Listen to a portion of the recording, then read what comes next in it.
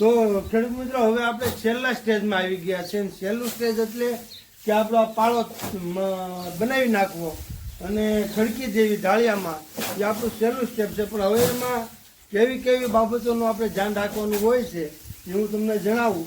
તો પહેલી બાબત તો જોવા મારા મમ્મી છે, એ તમે જોશો તો એ કળીને હાથમાં પકડીને ઠપકારે છે.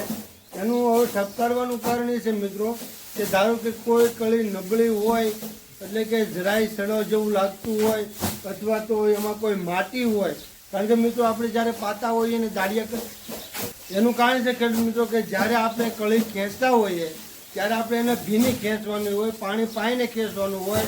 તો મિત્રો હવે આપણે પાણી પાવાની શરૂઆત કરીએ અને સવારમાં ધારો કે આગલે દિવસે મેં સાંજના પાણી પાયું, સવારમાં જે દાળિયા આવે તો એને સહેજ ભીનું પડે, એ પાછું બપોર થતા વેકરે આવી જાય એટલે યોગ્ય રીતે કળી ખેંચો અને માટી ન આવે એવું થઈ જાય.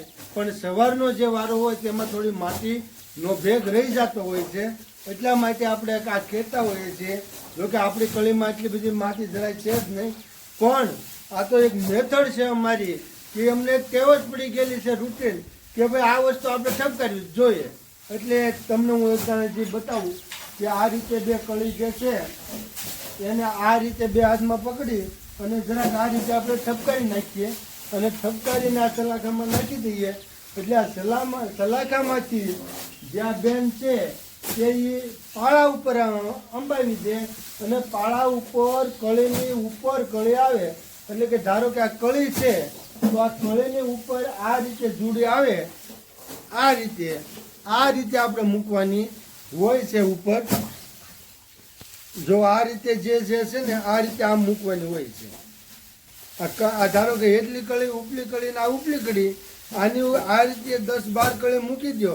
એટલે ધારો કે આમાંથી કોઈ આવો ગાંઠિયો છે તેનું સડતર બેઠું અને સડતર શરૂ થયું, ધારો કે આ ગાંઠિયાનું સડતર શરૂ થયું તો આ આખી જોડી હળી જાય, પણ નીચેની જોડી ઉપર પાંદડા આડા આવી જાય, જ્યાં એના લોદર, આપણે લોદર કહેતા હોઈએ છીએ, આ લોદર આ રીતે ધારો કે આ લોદરામાં આડા આવી જાય એટલે નીચેની કળી બગડવાનું ત્યાંથી અટકી જાય અને આપણો પાળો સલામત રહી જાય.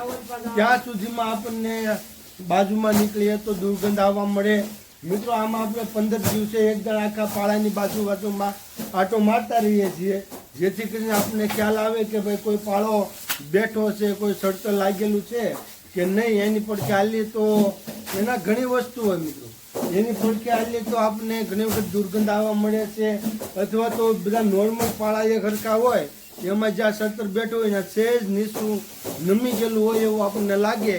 આવા બધા અનેક કારણો જ્યારે ભેળા થાય ત્યારે આપણને અંદાજ આવી જાય કે હવે આપણો પાળો હળવાનો શરૂ થઈ ગયો છે. અને એ શરૂ થતાં પહેલાં જ આપણે ત્યાંથી જે ખરાબ ભાગ હોય, ખરાબ કળી હોય તેને કાઢી નાખીએ, જેથી કરી આપણા પાળા હળે નહીં. અને મિત્રો આજે આપણે માટી મેન વસ્તુ, આ કળીમાં જો હળવાનું કોઈ મેન કારણ હોય ને તો એક એને પૂરતી હવા ન મળે, યોગ્ય રીતે મેળાની ગોઠવણી ન થાય, ઉપરનું ઢાળિયું નીચું હોય, પતરા ઉપર તાપ પડે અને એ તાપ કળીને વધારે પડતો લાગે તો એ કળી હળે. ત્યાર પછી મેળાનું હરખું ટ્રેક્ટર ઊભું ન થયું હોય તો કળી હળે.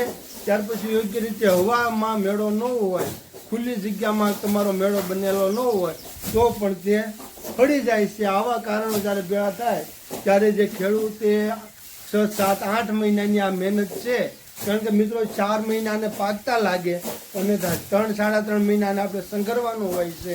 અને આના મોગરાનું બીન છે 1 વર્ષનું, આમ જો ગણો ને બીથી માંડી અને આ પૂર્ણ થાય સોંપવા સુધીનું જો કાર્ય ગણો ને તો 8 મહિનાનું કાર્ય થઈ જાય છે. ને 8 મહિનાનું કાર્ય પૂરું કરવા માટે આવી બધી આમાં મહેનત કરવી પડતી હોય છે. અને આ મહેનત એવી છે મિત્રો કે કોઈ પણ માણસ હોય એની પાસે 1000-1500 મણ કળી હોય એટલે 5-6 જણા હોય ને બધાનો 1.5-2 કિલો વજન ઘટી.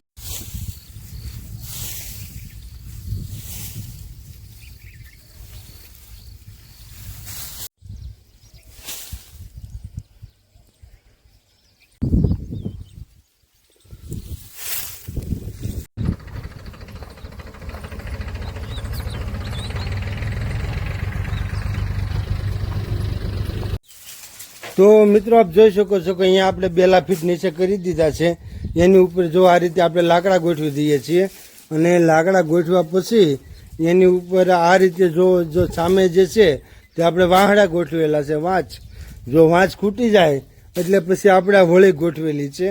આપણે આ નીલગીરી જે આવે એના ટેકા આપણે લાવેલા છે. જો આ રીતના, હા, એ રીતની વળી ગોઠવી દેવાની હોય છે. અને વળી ગોઠવા પછી જેમાં કૌશિકભાઈ જે રીતે હાંઠી પાથરે છે, જે આપણે કપાસની હાંઠી આવે ને એ પાથરે છે અત્યારે, એ આ રીતે હાંઠી પાથરી દેવાની હોય છે. અને ત્યાર પછી આ રીતે આપણે પાળો ચડાવી દઈએ છીએ.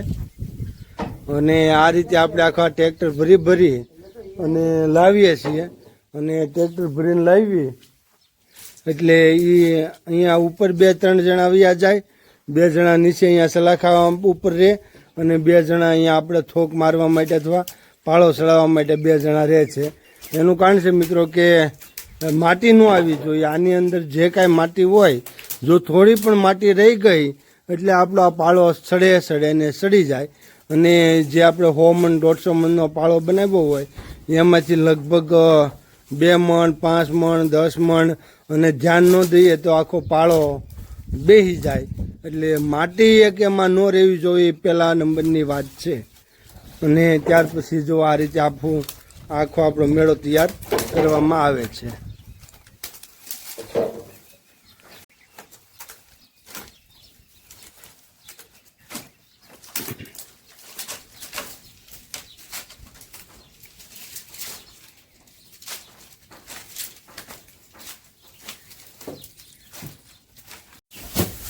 તો ખેડૂત મિત્રો, જો હવે આપણું આ જે ફાઇનલ કામ છે ત્યાં પાળો ચડાવવાનું કામ છે. ને જો આપણે સામે મારા મમ્મીએ જે ટેકો દીધો છે તે છે આપણું ડ્રમ. અને ડ્રમને તે રીતે નીચેથી મૂકી દઈએ એટલે આપણો પાળો ત્યાં બગડતો નથી અને આપણી કળી આખા વર્ષમાં માટે સુરક્ષિત રહેશે. અને આ રીતે આપણો પાળો આખો ખડકાય છે. જો આખું આપણે ઠેઠથી ઠેઠ આ રીતે ખડકતા આવ્યા છીએ. અને માલ પણ એકદમ બેસ્ટ છે. આ એક પાળો આપણે બહાર આ રીતે રાખ્યો છે, બાકી તો જે છે તે રીતે આપણે એમને ગોઠવતા આવીએ છીએ.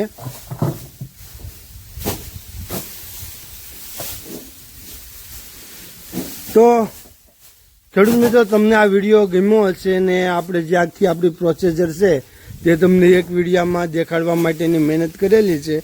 જો કોઈને કળી જોતી હોય તો મારો નંબર છે 93 27 68 52 60.